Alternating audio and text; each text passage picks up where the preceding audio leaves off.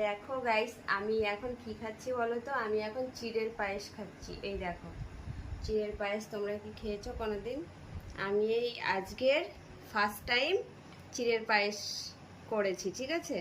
বাড়ি গোবিন্দভোগের চালের পায়েস করেছি, কিন্তু হচ্ছে কি চিড়ের পায়েস করিনি, কিন্তু আজকে ফার্স্ট টাইম করলাম। তো হচ্ছে কি খেয়ে দেখি কেমন হয়েছে। সুন্দর হয়েছে। আর চিড়েগুলো দেখো একদম গোটা গোটা আছে চিড়েগুলো। তো অল্প টাইমের জন্য তোমরা যদি পায়েস খেতে চাও, তো চিড়ের পায়েসটা একদিন রান্না করে খেও, খুব সুন্দর লাগছে। আর আমার তো ভালোই লাগছে খেতে। যতই হোক আমি রান্না করেছি বলে কথা, তা না, এমনি ভালো লাগছে খেতে। তো অল্প সময়ের জন্য চিড়ের পায়েস করে একদিন খেও, খুব ভালো লাগবে। আর এই রেসিপিটা আজকে দিলাম না, কিন্তু রেসিপিটা আমি তোমাদেরকে পরে শেয়ার করে দেবো, ঠিক আছে। তো চলো।